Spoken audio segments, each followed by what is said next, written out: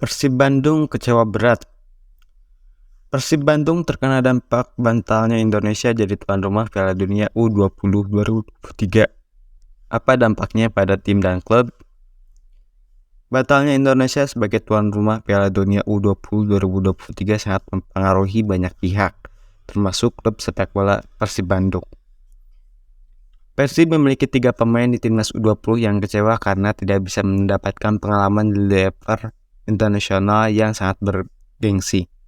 Selain itu, Persib juga terpaksa menjalani banyak laga musim ini dengan terusir dari Bandung karena Stadion GBLA dan Stadion Persib tak boleh dipakai. Hal ini tentu saja berdampak pada performa tim. Direktur PT Persib Bandung Permatabat Teddy Cahyono mengakui kekecewaan klub terkait batalnya Indonesia menjadi tuan rumah Piala Dunia U20 2023, tetapi ia juga mengambil sisi positif dari situasi ini. Saya mewakili klub jelas sangat kecewa terkait dibatalkannya Indonesia menjadi tuan rumah Piala Dunia U20 2023.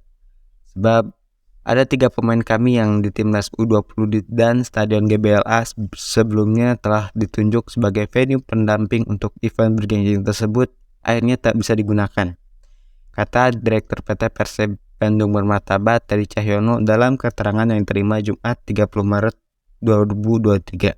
Salah satu manfaatnya adalah Persib bisa lebih memaksimalkan Stadion Gelora Bandung Lautan Api sebagai home base dan Stadion Persib sebagai tempat latihan. 3 pemain Persib yang batal membela timnas U20 juga dapat dimaksimalkan untuk membantu klub dalam 4 laga sisa musim ini.